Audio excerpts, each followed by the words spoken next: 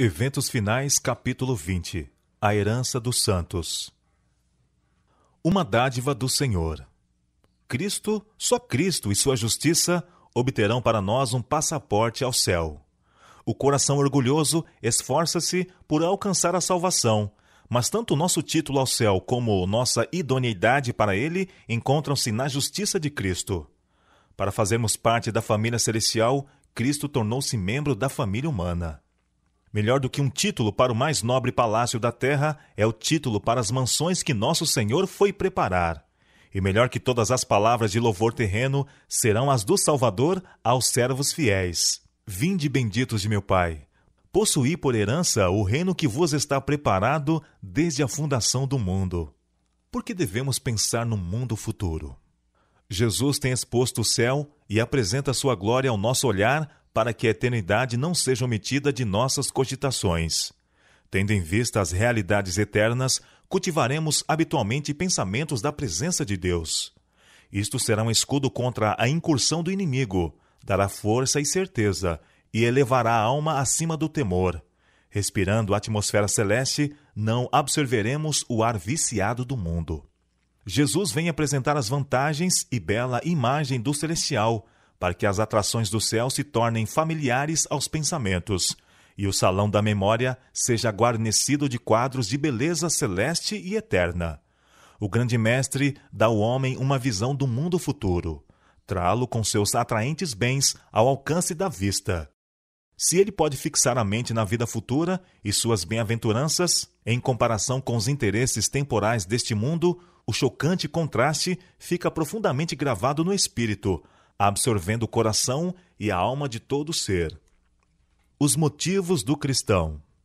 Motivos mais fortes e instrumentos mais poderosos não poderiam jamais ser postos em operação.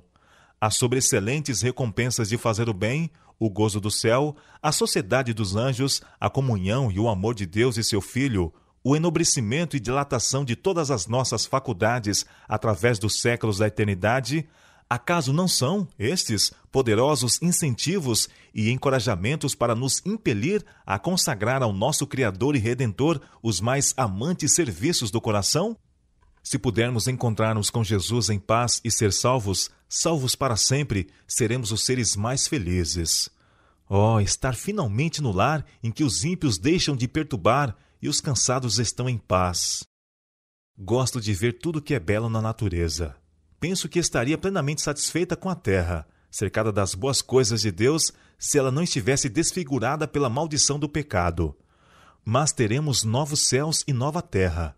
João viu isso em santa visão e disse: Então ouvi grande voz vinda do trono dizendo: Eis o tabernáculo de Deus com os homens. Deus habitará com eles. Eles serão povos de Deus, e Deus mesmo estará com eles. Apocalipse, capítulo 21, verso 3. Oh, bendita esperança, gloriosa perspectiva! Um lugar real e tangível. Que fonte de alegria para os discípulos foi saber que tinham tal amigo no céu para interceder em seu favor. Por meio da visível ascensão de Cristo, foram alterados todos os seus conceitos e expectativas do céu. Anteriormente, seus pensamentos se haviam demorado nele como uma região de espaço ilimitado, habitada por espíritos sem substância. Agora, o céu estava relacionado com o conceito de Jesus, a quem haviam amado e reverenciado mais do que todos os outros, com quem haviam conversado e viajado, em quem haviam tocado, até mesmo o seu corpo ressuscitado. O céu não podia mais parecer-lhes um espaço indefinido e incompreensível, repleto de espíritos intangíveis. Consideravam-no agora como seu futuro lar, em que seu amoroso Redentor estava preparando mansões para eles. O receio de fazer com que a herança futura pareça demasiado material tem levado muitos a espiritualizar as mesmas verdades que nos levam a considerá-las nosso lar. Cristo afirmou a seus discípulos haver ido preparar moradas para eles na casa de seu Pai.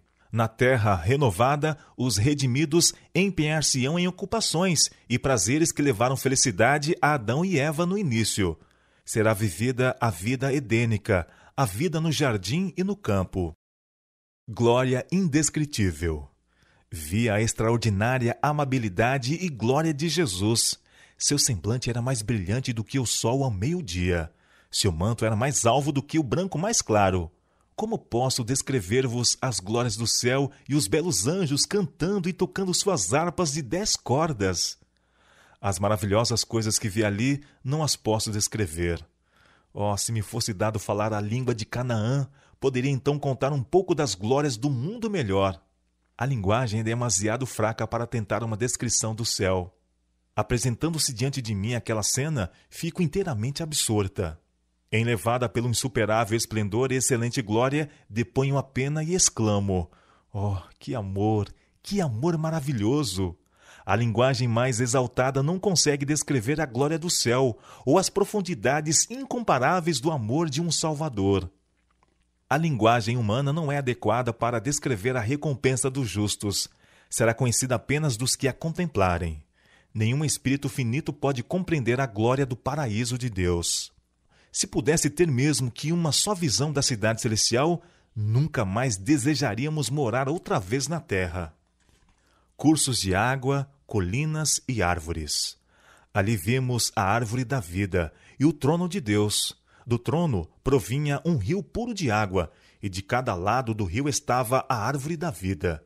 De um lado do rio havia um tronco da árvore, e do outro lado o outro, ambos de ouro puro e transparente. A princípio pensei que via 2 árvores. Olhei outra vez e vi que elas se uniam em cima numa só árvore. Assim estava a árvore da vida em ambos os lados do rio da vida.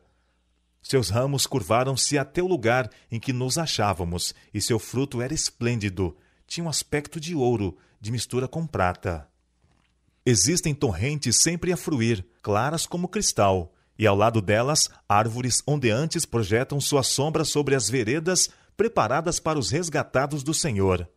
Ali, as extensas planícies avultam em colinas de beleza, e as montanhas de Deus erguem seus altivos píncaros.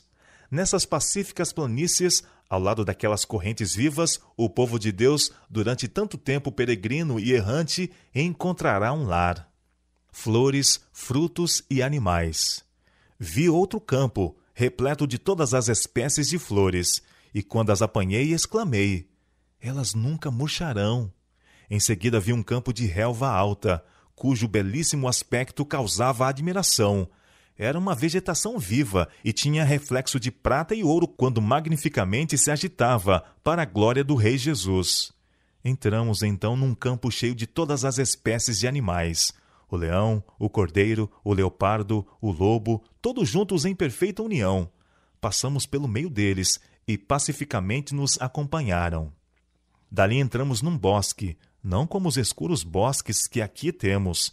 Não, absolutamente, mas claro e por toda parte glorioso. Os ramos das árvores agitavam-se de um para outro lado, e todos exclamamos: moraremos com segurança na solidão e dormiremos nos bosques. Atravessamos os bosques, pois estávamos a caminho do Monte Sião. Estava sobre o monte um belo templo. Para embelezar o lugar, havia em redor do templo todas as espécies de árvores: o bucho, o pinheiro, o cipreste, a oliveira, a murta, a romanceira e a figueira, curvada ao peso de seus figos maduros, embelezavam aquele local.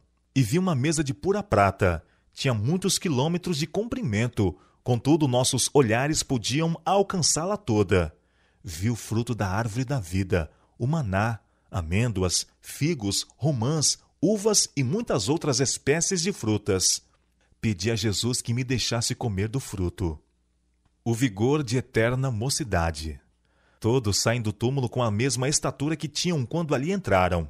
Adão, que está em pé entre a multidão dos ressuscitados, é de grande altura e formas majestosas, de estatura pouco menor que o Filho de Deus. Apresenta assinalado contraste com o povo das gerações posteriores. Sob esse único ponto de vista se revela a grande degeneração da raça. Todos, porém, surgem com a louçania e vigor de eterna mocidade.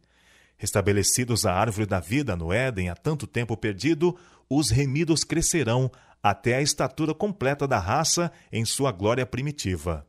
Se Adão, ao ser criado, não houvesse sido dotado de 20 vezes maior força vital do que os homens possuem agora, a humanidade, com seus presentes métodos de vida, que constituem uma violação da lei natural, já estaria extinta. Ninguém necessitará ou desejará repouso.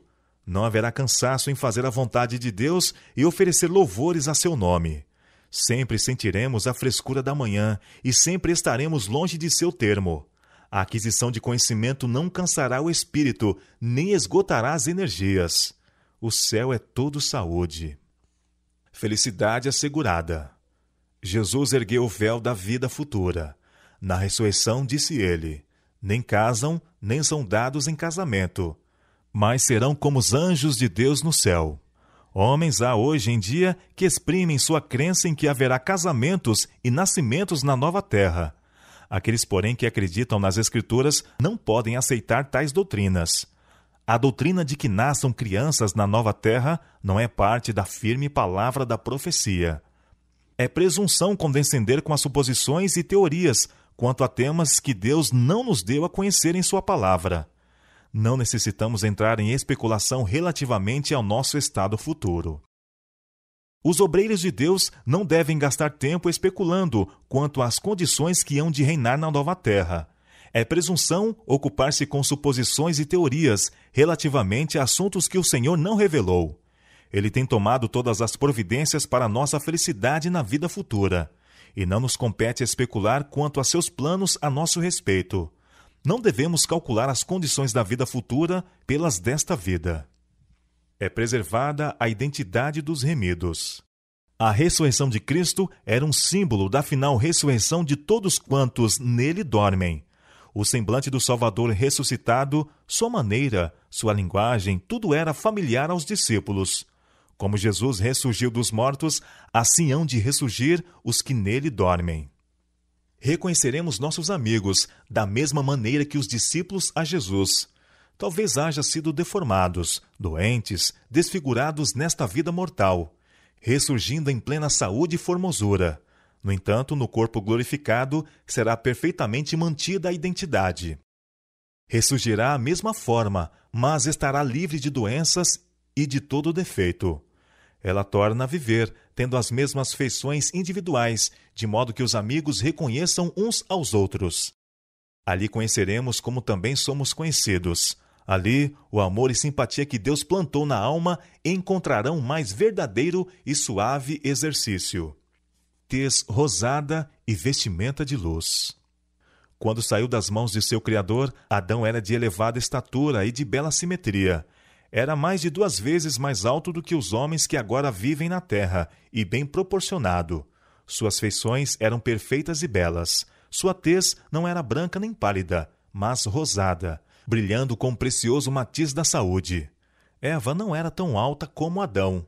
Sua cabeça chegava-lhe um pouco acima dos ombros. Ela também era nobre, de perfeita simetria e muito bela. Esse casal que não tinha pecados não fazia uso de vestes artificiais. Estavam revestidos de uma cobertura de luz e glória, tal como a usam os anjos. Enquanto viveram em obediência a Deus, esta veste de luz continuou a envolvê-los. A alegria de ver nossa família no céu. A cada lado do portão, vemos uma comitiva de anjos, e ao por ele passarmos, Jesus diz: Vinde, benditos de meu Pai, possuí por herança o reino que vos está preparado desde a fundação do mundo. Aqui nos diz ele que somos participantes de seu gozo. E qual é? É o gozo de ver o trabalho de vossa alma, pais. É o gozo de ver que os vossos esforços, mães, foram recompensados. Aí estão os vossos filhos, a coroa da vida está sobre suas cabeças. O maior dom de Deus é Cristo, cuja vida é nossa, pois nos foi dada. Ele morreu por nós e ressuscitou em nosso favor, a fim de que pudéssemos sair da sepultura para um glorioso companheirismo com os anjos celestiais, encontrar-nos com os nossos entes queridos e reconhecer-lhes a fisionomia, pois a semelhança com Cristo não destrói sua imagem, mas a transforma à gloriosa imagem dele. Todos os santos ligados aqui por laços familiares conhecerão ali uns aos outros. A salvação de criancinhas e de imbecis. Ao surgirem os pequenos, imortais de seu leito poento, imediatamente seguirão caminho, voando, para os braços maternos. Reencontrar-se-ão para nunca mais se separarem. Muitos dos pequeninos, porém, não terão mãe ali. Em vão nos pomos à escuta do arrebatador cântico de triunfo por parte da mãe. Os anjos acolherão os pequeninos sem mãe e os conduzirão para junto da árvore da vida. Alguns têm perguntado se os filhinhos, mesmo de pais que creem, hão de ser salvos, pois não tiveram nenhuma prova de caráter, e todos precisam ser provados, e seu caráter tem de ser determinado pela prova. É feita a pergunta: como podem as criancinhas ter este teste e prova? Respondo que a fé dos pais que creem protege os filhos, como sucedeu quando Deus enviou seus juízos sobre os primogênitos dos egípcios. Não podemos dizer se todos os filhos de pais descrentes serão salvos, porque Deus não tornou conhecido seu propósito a respeito desse assunto, e convém que o deixemos onde Deus o deixou, e que nos demoremos em assuntos elucidados em sua palavra.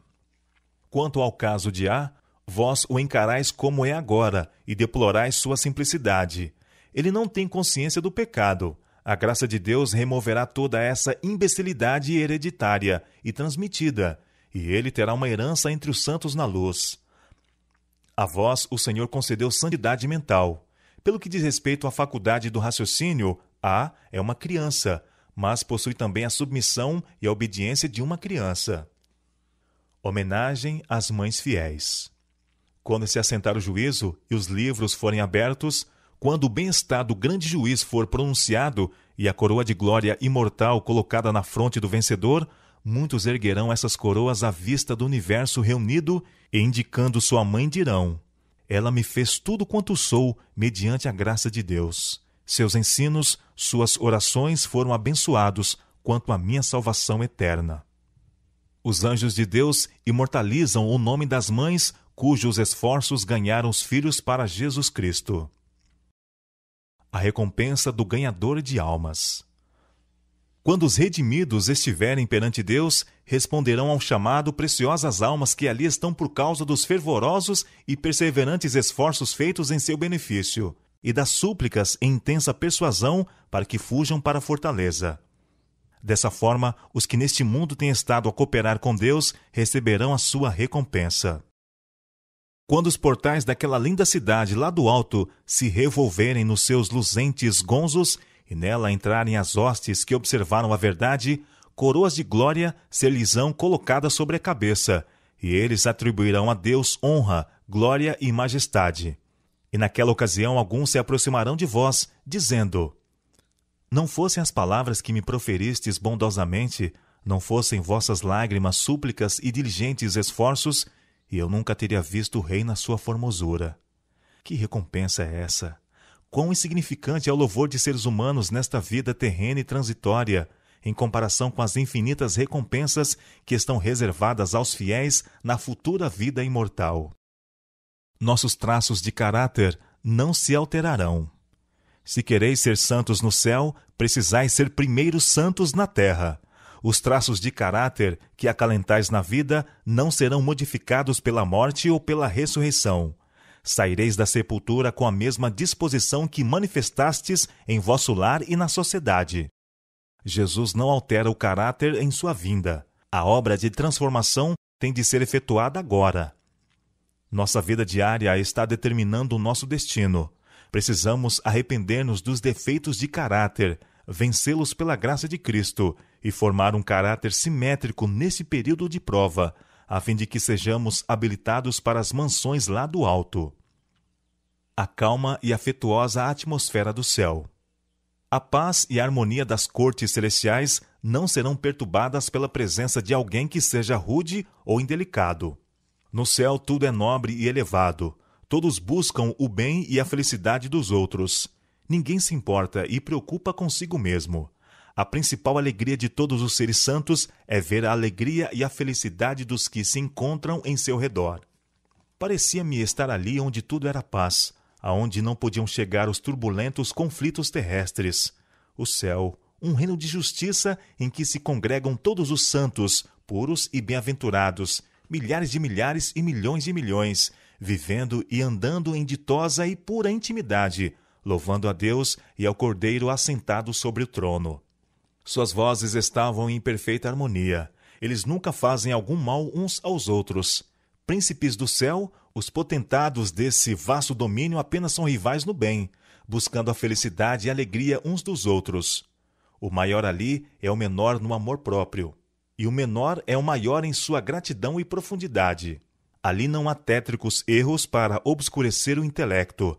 A verdade e o conhecimento, claros, vigorosos e perfeitos, têm afugentado todas as dúvidas, e nenhum laivo de dúvida lança sua funesta sombra sobre os seus ditosos habitantes.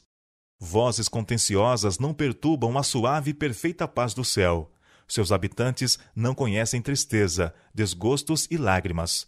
Tudo está em perfeita harmonia, em perfeita ordem e perfeita felicidade. O céu é um lar em que a simpatia está viva em todo o coração e é expressa em cada olhar. Ali reina o amor. Não há elementos dissonantes, nenhuma discórdia, contenda ou guerra de palavras. Não haverá tentação e pecado. Nenhuma árvore da ciência do bem e do mal oferecerá oportunidade para a tentação. Não haverá ali tentador, nem possibilidade para o mal. Ouvi aclamações de vitória dos anjos e dos santos remidos, os quais ressoavam com 10 milhares de instrumentos musicais, porque não mais deveriam ser molestados e tentados por Satanás, e porque os habitantes de outros mundos estavam livres de sua presença e tentações. Comunhão com o Pai e com o Filho. O povo de Deus tem o privilégio de entreter franca comunhão com o Pai e o Filho. O conheceremos face a face, sem um véu obscurecedor de permeio. Habitaremos para sempre com a sua preciosa presença e fruiremos a sua luz. Meu coração salta de alegria ante a animadora perspectiva. O céu é onde Cristo está. O céu não seria céu para os que amam a Cristo se ele não estivesse ali. Haverá íntima e eterna relação entre Deus e os santos ressuscitados. Lançando aos pés do Redentor as coroas que ele nos colocou sobre a cabeça e tocando nossas harpas de ouro, encheremos todo o céu de louvor àquele que está sentado no trono. Se durante esta vida forem fiéis a Deus, no final verão seu rosto e nas suas testas estará o seu nome. E qual é a felicidade do céu, se não a de ver a Deus? Que maior júbilo poderá ter o pecador salvo pela graça de Cristo do que contemplar a face de Deus e tê-lo por Pai? Comunhão com os anjos e com os fiéis de todas as épocas. Todo remido compreenderá o serviço dos anjos em sua própria vida.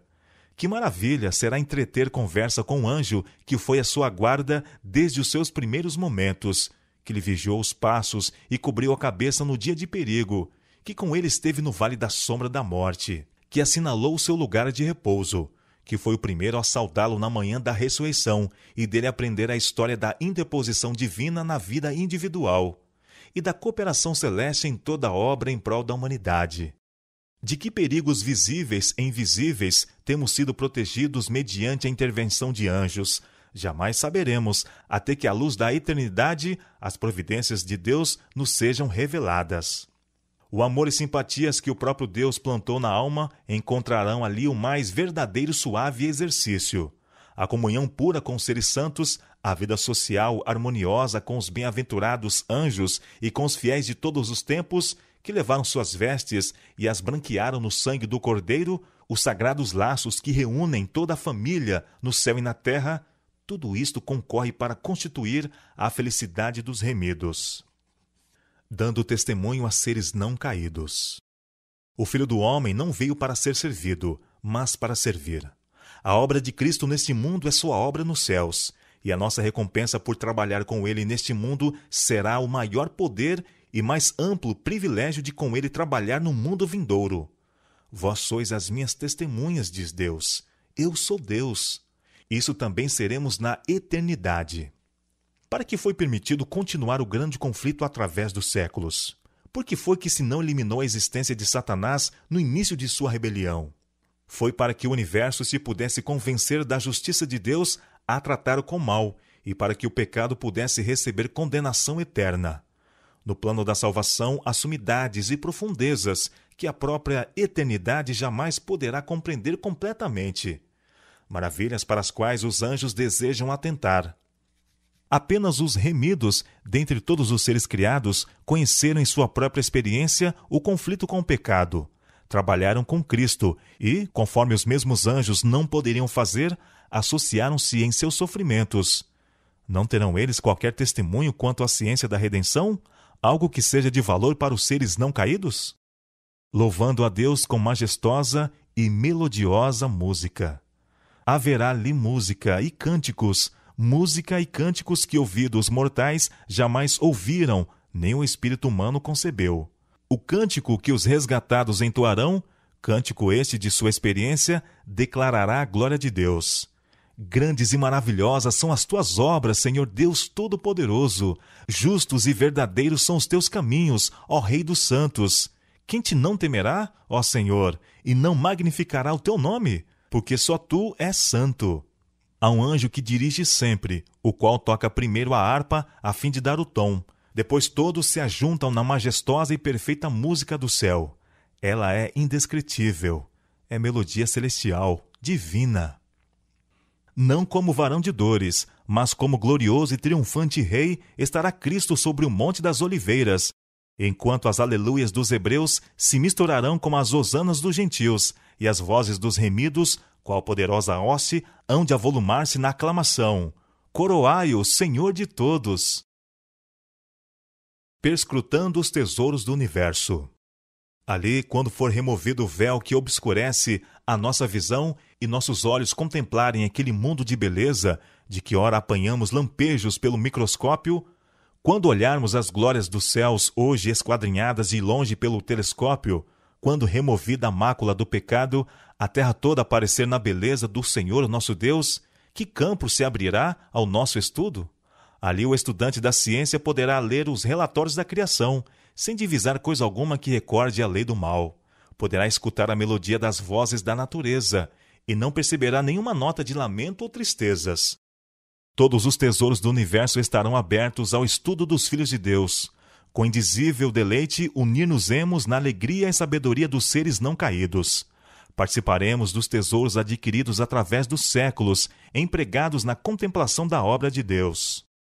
Livres da mortalidade, alcançarão voo incansável para os mundos distantes, mundos que fremiram de tristeza ante o espetáculo da desgraça humana e ressoaram com cânticos de alegria ao ouvir as novas de uma alma resgatada. Com visão desanuviada, olham para a glória da criação, acham-se sóis, estrelas e sistemas planetários, todos na sua indicada ordem, a circular em redor do trono da divindade. Em todas as coisas, desde a mínima até a maior, está escrito o nome do Criador, e em todas se manifestam as riquezas de seu poder. Revendo a história sagrada. A hoste dos remidos irá de um mundo a outro, e grande parte de seu tempo será empregada em perscrutar os mistérios da redenção. Através dos séculos infinitos, o tema da redenção ocupará o coração, mente e língua dos remidos. Eles compreenderão as verdades que Cristo almejava abrir a seus discípulos e para cuja assimilação, porém, não tinham suficiente fé. Sempre e sempre nos serão reveladas novas visões da perfeição e glória de Cristo. Através dos séculos eternos, o fiel pai de família tirará de seu tesouro coisas novas e velhas. Então se revelará diante dele o decurso do grande conflito que teve sua origem antes que começasse o tempo e terminasse apenas quando este cessar. A história do início do pecado, da fatal falsidade em sua ação sinuosa, da verdade que, não se desviando das suas próprias linhas retas, se defrontou com o erro e o venceu, sim, tudo isto será manifesto. O véu que se interpõe entre o mundo visível e o invisível será removido e reveladas coisas maravilhosas. Posto que os pesares, dores e tentações da terra estejam terminados e removidas suas causas, sempre terá o povo de Deus um conhecimento distinto, inteligente do que custou a sua salvação. Nosso Redentor sempre levará os sinais de sua crucifixão. Em sua fronte ferida, em seu lado, em suas mãos e pés, estão os únicos vestígios da obra cruel que o pecado efetuou. As perplexidades da vida elucidadas. Todas as perplexidades da vida serão então explicadas. Onde para nós apareciam apenas confusão e decepção, propósitos frustrados e planos subvertidos, ver-se-á um propósito grandioso, predominante, vitorioso, uma harmonia divina. Ali Jesus nos levará para bem perto da viva corrente que flui do trono de Deus e nos explicará as misteriosas providências pelas quais nos conduziu neste mundo, a fim de aprimorar-nos no caráter. Tudo quanto nos tem confundido acerca das providências de Deus será esclarecido no mundo vindouro. Naquilo em que a nossa mente só via confusão e promessas desfeitas, veremos a mais perfeita e bela harmonia. Saberemos que o amor infinito dispôs as experiências que nos pareciam as mais probantes. Ao reconhecermos o terno cuidado daquele que faz todas as coisas contribuírem para o nosso bem, regozijar-nos-emos com júbilo inexprimível e repleto de glória. O resultado de toda nobre ação. Todos os que trabalharam com um espírito desinteressado contemplarão os frutos de seus labores. Ver-se-á o resultado de todo princípio correto e nobre ação. Alguma coisa disto aqui vemos, mas com pouco dos resultados dos mais nobres trabalhos deste mundo é o que se manifesta nesta vida aos que os fazem, quando labutam abnegadamente, incansavelmente por aqueles que ficam além de seu alcance e conhecimento. Pais e professores tombam em seu último sono, parecendo o trabalho de sua vida ter sido feito em vão. Não sabem que sua fidelidade descerrou fontes de bênçãos que jamais poderão deixar de fluir. Apenas pela fé, veem as crianças que educaram tornar-se uma bênção e inspiração a seus semelhantes, e essa influência repetir-se 1000 vezes mais. Muito obreiro há que envia para o mundo mensagens de alento, esperança e ânimo, palavras que levam bênçãos aos corações em todos os países. Mas, quanto aos resultados, nada sabe, afadigando-se ele em solidão e obscuridade. Assim se concedem dons, aliviam-se cargas, faz-se trabalho. Os homens lançam a semente, da qual, sobre as suas sepulturas, outros recolhem a abençoada messe. Plantam árvores para que outros comam o fruto. Aqui estão contentes, por saberem que puseram em atividade forças para promover o bem.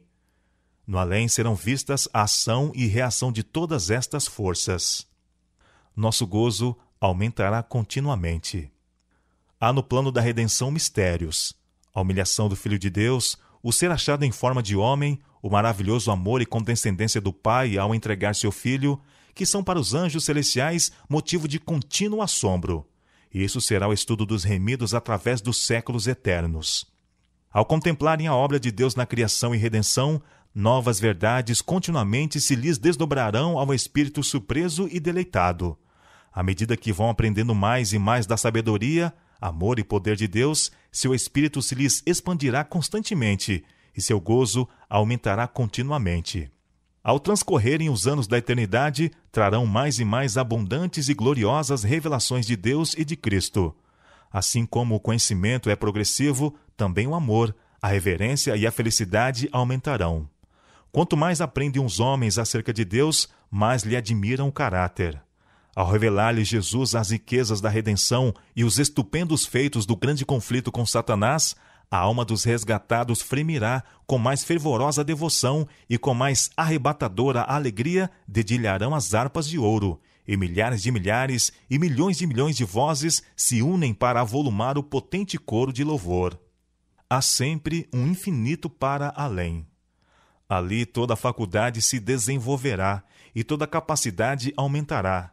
Os maiores empreendimentos serão levados avante, as mais altas aspirações realizadas, as maiores ambições satisfeitas, e todavia surgirão novas culminâncias a galgar, novas maravilhas a admirar, novas verdades a compreender, novos assuntos a apelarem para as forças do corpo, espírito e alma. Por mais que avancemos no conhecimento da sabedoria e do poder de Deus, há sempre um infinito para além. Todo o amor paternal que veio de geração em geração, através do coração humano, toda a fonte de ternura que se abriu na alma do homem, não passam de tênue riacho em comparação com o ilimitado oceano, quando postos ao lado do infinito, inexaurível amor de Deus. A língua não o pode exprimir, nem a pena é capaz de o descrever. Podeis meditar nele todos os dias de vossa vida. Podeis esquadrinhar diligentemente as Escrituras a fim de compreendê-lo. Podeis concitar toda a faculdade e poder a vós concedidos por Deus, no esforço de compreender o amor e a compaixão do Pai Celeste. E, todavia, existe um infinito para além. Podeis estudar por séculos esse amor, No obstante, jamais podereis compreender plenamente a extensão e a largura, a profundidade e a altura do amor de Deus em dar seu Filho para morrer pelo mundo. A própria eternidade nunca o poderá bem revelar. Todo o universo declara que Deus é amor. O grande conflito terminou. Pecado e pecadores não mais existem. O universo inteiro está purificado. Uma única palpitação de harmonioso júbilo vibra por toda a vasta criação. Daquele que tudo criou, emanam vida, luz e alegria por todos os domínios do espaço infinito. Desde o minúsculo átomo até o maior dos mundos, todas as coisas, animadas e inanimadas, em sua serena beleza e perfeito gozo, declaram que Deus é amor.